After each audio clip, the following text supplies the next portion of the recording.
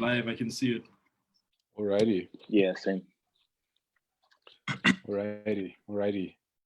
So, welcome to the second episode of Learning and Unlearning. Today's conversation is quite an interesting one. Just hold on, because technology... Alrighty. Today's episode is quite an interesting one because we are looking at particularly how patriarchy and sexism are perpetuated by guys like ourselves in spaces where people on social media aren't able to hold us to account. I think a lot of the time with good guys, or even just regular guys, no matter where you think you are on the spectrum of allyship and all of those things, we tend to find ourselves in spaces in the home where we're far away from scrutiny, and no one sees what our actions are like towards our siblings, towards our cousins, and even when we do behave ourselves, or when you do consider yourself a good guy, no one really sees how your silence perpetuates sexism within the family.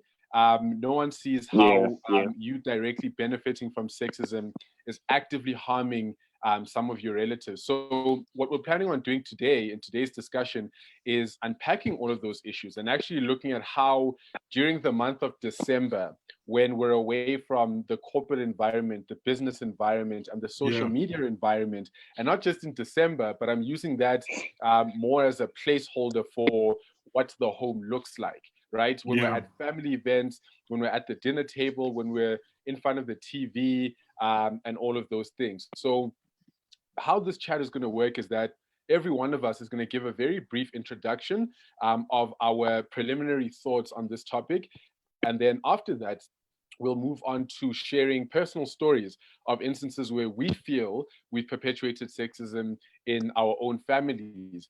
The reason why it's important that we share those stories to both Tammy and Dumi is that, you know, at the end of the day, we need other guys to see that one, we know we're guilty of this ourselves. We don't think we're good. We're not hosting this we're not having this discussion for the sake of distinguishing ourselves as the men who are at least having this discussion and everyone else is a monster. But what we're trying to say is that we're owning up to those actions ourselves, and we're hoping that more and more men are able to watch this and own up to their own actions, and that collectively we can come up with a strategy for moving forward. So how will we conduct ourselves in our families going forward, and how will we be effective allies to women in our families? So I'll just start with you, Tammy. What are your preliminary thoughts on how we as men, particularly young men, perpetuate sexism in our families? Yeah. Look, I think, thank you so much again, you know, for just setting up this platform.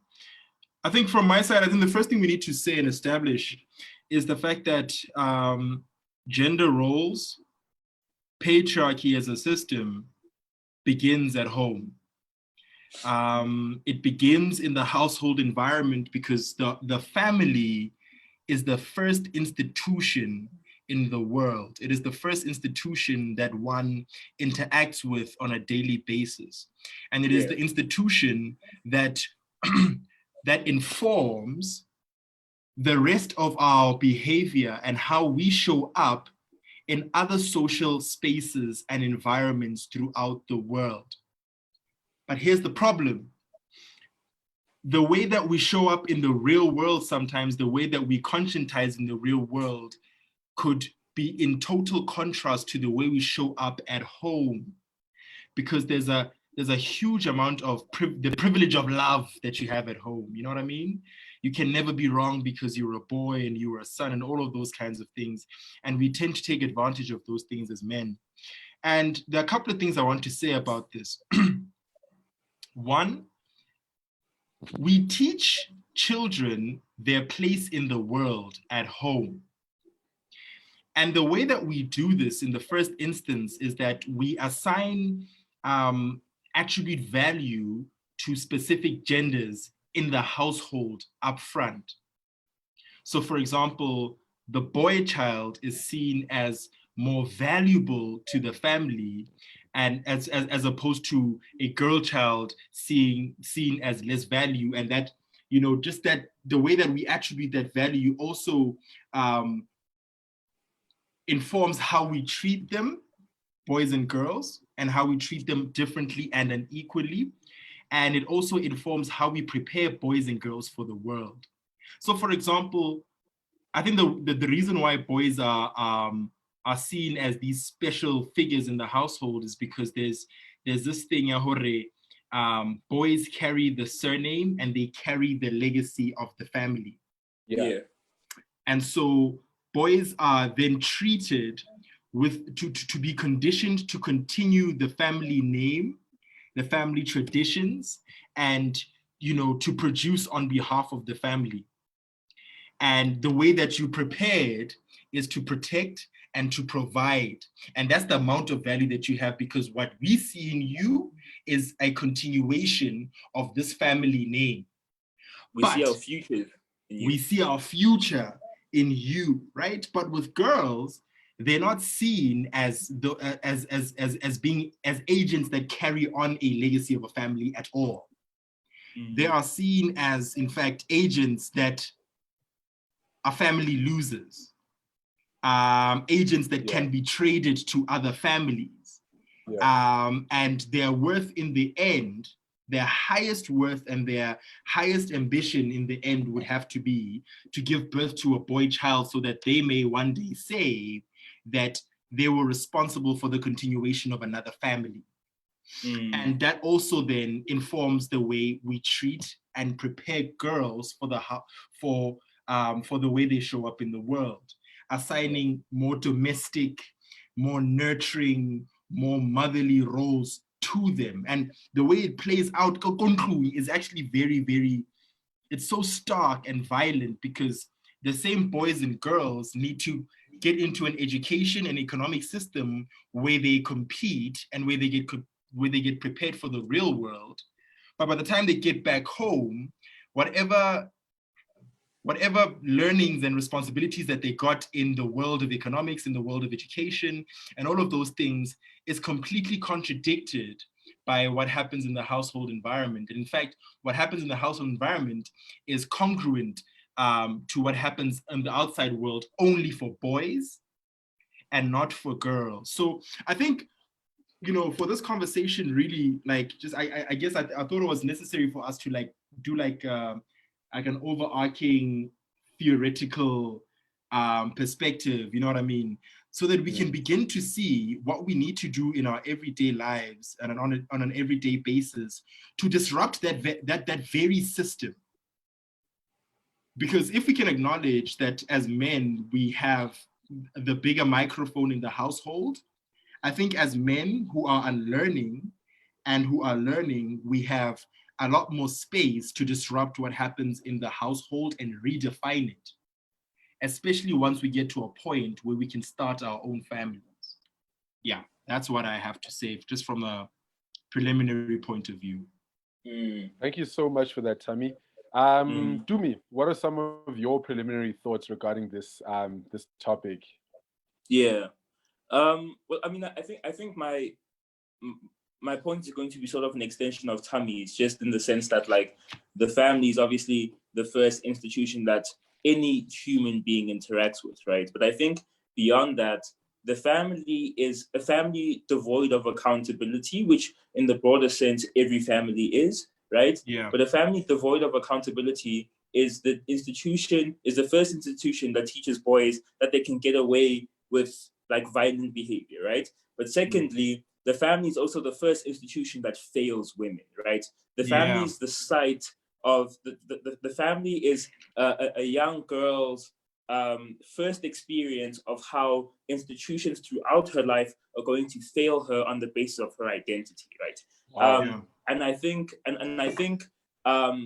beyond that, the family is a manifestation of how, and like similar to our previous discussion, how we understand gender-based violence to be a spectrum. The family is proof of how it's not, right? Of how gender-based violence in all its forms is inherently violent, right? Because on one end, you know, we're assigning tasks to different people based on gender, right? And sex. But secondly, like that's on one end of the spectrum. But on the other end of the spectrum, you have families as safe spaces for rapists and child molesters and murderers, where a young girl or a child is molested by an uncle, and that uncle is protected, right? So I think families are the one institution that desperately need to change, right? Where I remember Vit's debating union, I think held a discussion about feminism in the crowd, and it was a conversation about making academicized ideas about feminism as accessible as possible. But I think the family is the one institution where we need to make those ideas the most accessible, because that they're the space where left unfettered, patriarchy and sexism is like becomes the most violent. You know what I mean? Just because, like I said, in most instances, families are devoid of accountability, Tammy, because, like you said, the privilege of love, right? And I think when we get to a place where we create systems of accountability in our families, then not only do we show boys that they're accountable to a principle of holding women in just conceiving of women as human beings, right? But we sort of pay that forward in how men go out of the family and interact with the rest of the world, right? If we show young boys at the point where the only institution they interact with is school and the family, if we show young boys at that point that you're accountable to you're accountable to principles and external factors, then I think we're making a lot of progress there. But like you said, the family is the institution where these violent behaviors are allowed to fester, and obviously we save people who would otherwise be victims of abusive behavior in families from that. So families are a site of violence that needs to be addressed urgently. Yeah. Well, and we don't want to be part of. I think we really don't want to be the reason that, or we don't want to be a part of a young girl's experience in how, the family was the first institution to fail her. Yeah. So I think that's important. Sure. Thank you so much for both of those incredibly powerful intros. I think those are two distinct and equally powerful ideas. The first one about the idea that we're protecting young boys because of the role that they play in our families and what they mean for the continuation of our legacy. And I think Dumi touched on a very sensitive but quite profound point, and that's the idea of the sort of men that we protect in our families, and what example that protection sets for younger and younger boys who grow up in that home and in that structure, thinking, okay, I can totally get away with that. If Malum Banban can get away with this, then surely I can get away with much less. And I think it's quite powerful that you point that out by using examples of egregious acts like sexual assaults that happens within the family, and oftentimes are sort of under wraps and no one gets held accountable for that. I'd like us to move on now and start discussing some instances in our own lives. I'll go first, and then we'll go to Dumi and Tammy afterwards. Just discussing, share a couple of anecdotes and stories of your experiences of either where you've seen other men get away with these sort of things, or where you yourself have benefited from sexism in your family and haven't really done much or haven't done enough to topple it in the family structure. I mean, when I think about it, the first example I think of was when I was a teenager. Whenever I'd contrast the way that my mother raised me versus the way that other family members treated me, there was a huge difference and a huge chasm in that. In my mother's household, everyone washed the dishes, right? So chores weren't really gendered at any point in time.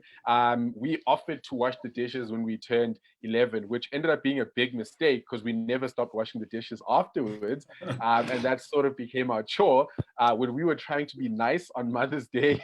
But it sort of became a non-gendered chore. So like you have your week, your sister has her week, your brother has his week. Same thing with laundry. That was never gendered. Cleaning the house, that was never gendered.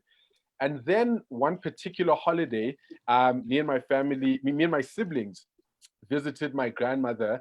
And I remember at the time there were a lot of people at her house. So not just my grandmother, but it's like a parliament of elders and adults.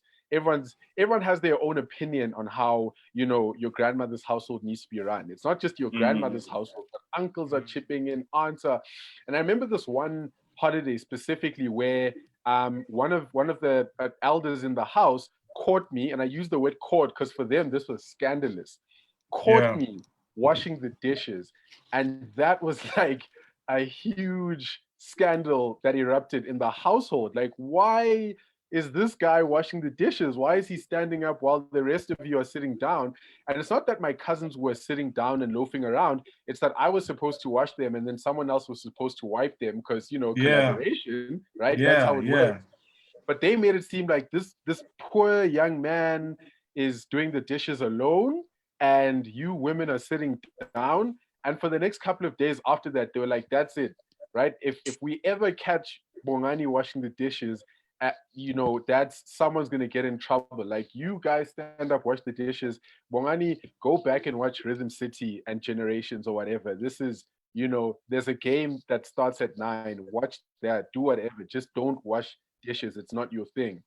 And at the time, although I was young, still need to be held accountable for it. How old were you? I was about probably 17, 18. Although this would happen again in my 20s, although at this point my response was slightly different. So, you know, at the time they were like, okay, I had two options basically. One, I resist that and say, hey, look, we're kind of teaming up with the whole chores thing. I'm supposed to be doing the dishes as much as they're supposed to be doing the dishes. Or my second option was to keep quiet, go with the flow, and basically benefit from patriarchy. And here's the worst part, is that I'm not going to lie and say I was oblivious to the sexism in that, because my mother had articulated very clearly from the age of 12 that she doesn't believe in gendering chores. She doesn't believe that Bongani only does this and, you know, my sister only does, so I'm not going to lie and act like I wasn't taught that. I was taught that chores aren't supposed to be gendered, but I kept quiet. I was like, look, if I can spend the rest of these holidays not doing the dishes, versus being some ally superhero who gets roped into doing the dishes, I'd rather be a sexist and not do the dishes. And so I spent a significant amount of those holidays just not contributing at all with the chores. I'd wake up and do the exact same things that generations of uncles and men in my family had done, right? Which is wake up and live your own life. Wake up with autonomy, you know, watch TV, go outside, do whatever you want to do, but the last thing you're doing is contributing to the domestic space. And obviously my mother caught, you know, wind of that, found out, intervened and said, this guy washed the dishes at my house, so, you know, you better wash dishes over there. And so the more I grew sharp, I was aware of the dishes and chores thing, but I started to notice other things play out in the family. Instances where I could have been an ally, right? Instances where some stranger is at a family event and they're making sexist comments to one of my cousins or even to my sister, or forcing them to do chores and making other men sit down. And although I learned to resist, but although it's not really resistance, it's just doing my part. Eventually, I just kind of didn't care about the noise, helped out and stuff like that. I was very silent when it came to the things that those men were saying to my cousins, the things that those men were saying to my sister and all of the women in my family. And you know, as men, I think we reach an age where we start having the power to transform the way that our uncles think and the way that some of the men in our families think, but we're so fragile, right? And you know, pathetic, because we don't want to intervene in that. Even when we think we're doing our part, when we think we're good guys because we're not gendering chores, we're washing dishes with the aunts and the cousins and sisters and stuff like that. The one area where we're still failing women in our families, but we're just too fragile and comfortable with the things that are said around them and the things that are said about them, because we don't want to disturb our own peace, right? We feel like we've done enough by just helping out with the chores. But the real issue is the fact that our silence perpetuates that cycle, because for every uncle who's allowed saying the things that they're saying, and for every good guy who keeps quiet about those things, is another cousin who's not as academic as you are, who's listening to those ideas and is going to perpetuate that structure within the family. So I think for me, those are the two instances where I felt like, one, I was borderline a failure really to the women in my family. One, where I reneged on non-gender conforming principles that I'd been taught in the house that I grew up in with my mother, in exchange for a holiday of no chores at the expense of my cousin and my sister. And the second one has to be the silence. And I think it links to Tumi's point about how we hear some of the wildest things happening in our families, but we choose to rather keep quiet. And I think we as young men are complicit in that, because we want to protect the peace that comes from keeping quiet and not angering our uncles and angering the men in our family. So that's one instance where I think I've totally failed women in my family. And I'd like to hear some of your thoughts as well, and some of your experiences of where you've done something like this. But I'm pretty sure that as men are listening to this, you're able to relate as well to instances last year, December, of something that you might have done. And if you are, then, obviously this video is for you. But Dumi, do you have any stories to share of instances where you have egregiously failed women in your family? Yeah, dude. So I've failed the women in my family in a very similar way to the way you have, in the sense that, like, I come from a family of single moms, of women who earn more than the men there, of matriarchs, and like the head of my family was my grandmother, right? When you have a I don't know, let's say like a state meeting and the president always speaks last, that was my grandmother, that's my mother, that's my aunt, so I come from a family of, like I said last time, like really, really what I understood to be strong women, also women who are objectively strong. But so I've always felt like, I've always felt like, firstly, my family's always been a space where in my immediate household, in my aunt's house, that's a space that's an accountable space, right? I don't get to rise above I don't get to rise above chores, right, on account of my gender. But like Frank said, there are instances where you interact outside of that space, still in the context of your family, but not in the context of your immediate household, right? So your aunt's household, where you're accountable to how we conceive of chores, right? But I think never mind like larger family gatherings, or when you're at your grandmother's house and that sort of thing. There's instances in my own house, right, where I inherently get away with a lot more than my sister ever has had to get, has ever been able to get away with, right? And I think a small part of me, when I was a kid, and obviously that part of you grows the older you get, right? Where I'm actively aware of how much more I can get away with than my sister. We had they're gonna hate me so much for disclosing this. But we had a uncomfortable discussion once about just like my sister and I had a fight, like in front of my entire family, and my sister made a point about how vividly she remembers, like on a Saturday morning, my mother screaming her name, bro, like just because dishes were left undone the previous night, or just things, and I've always known that I can escape that. I guess back then it was on account of my age. There's a 3-year gap between my sister and I, so my mother wasn't necessarily enforcing a gender role in that instance. I was 6 years old and my sister was 9, right? So I was 7 years old and my sister was 10. So in that instance, I was getting away with it on account of my age. But as I've grown and as I've started to interact with my family outside of my household, just like Bongani, I've also been aware of how I can escape escape the need to make a meaningful contribution, right, to my family, outside of, because I'll get to that now, but outside of like one that involves money, I've known I can escape it, and I've actively escaped it. You know what I mean?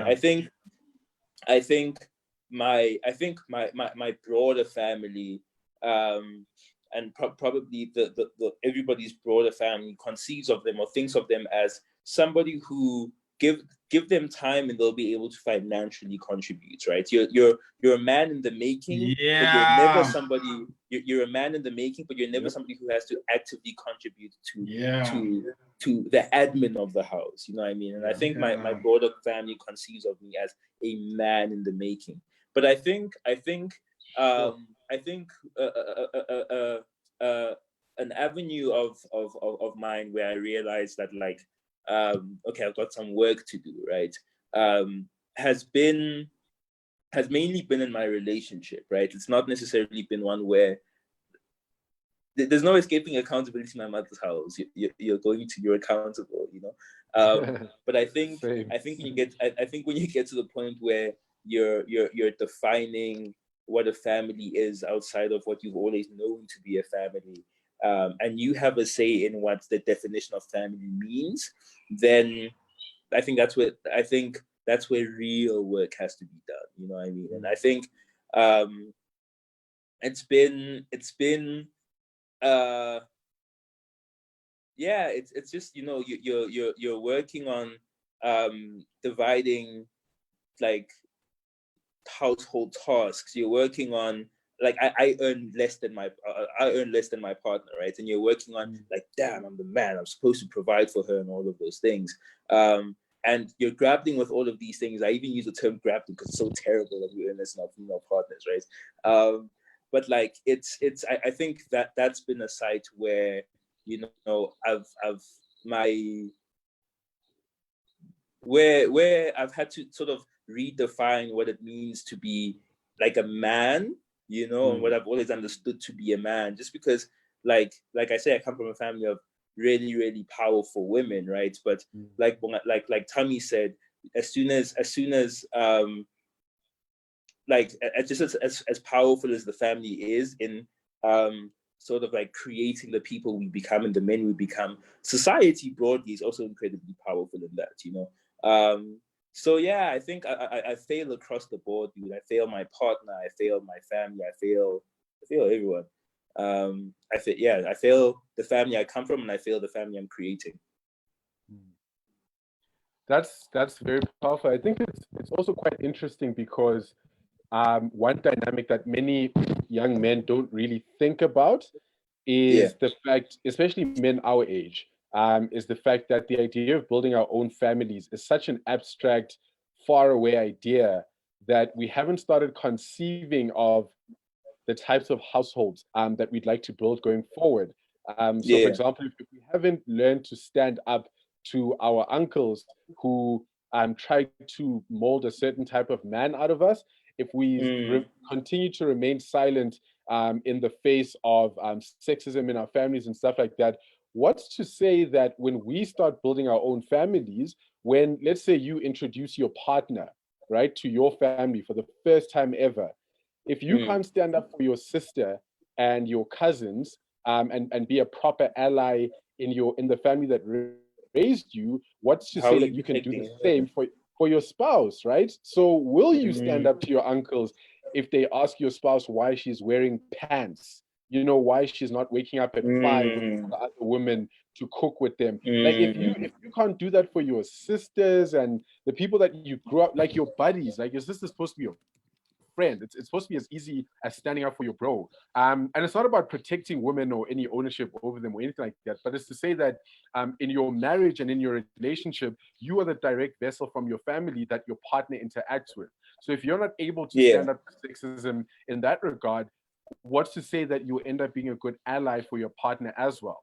And why I like Tammy's profile particularly is because, you know, Tammy, you're able to give us some reflections from your own experience in the past. But you know, for those of you watching who don't know, Tammy's also a married man with a child. So Tammy, you know, started building his family about 3 years ago. And you're a millennial Black man married to a feminist millennial Black woman, and you have a son, right? So you are. This is like a real life simulation of these academic chats. So if you don't mind just sharing that, both your experiences, but also what family building looks like for you as a millennial Black man who's trying to redefine, who's trying to eradicate sexism in his family and is trying to redefine manhood.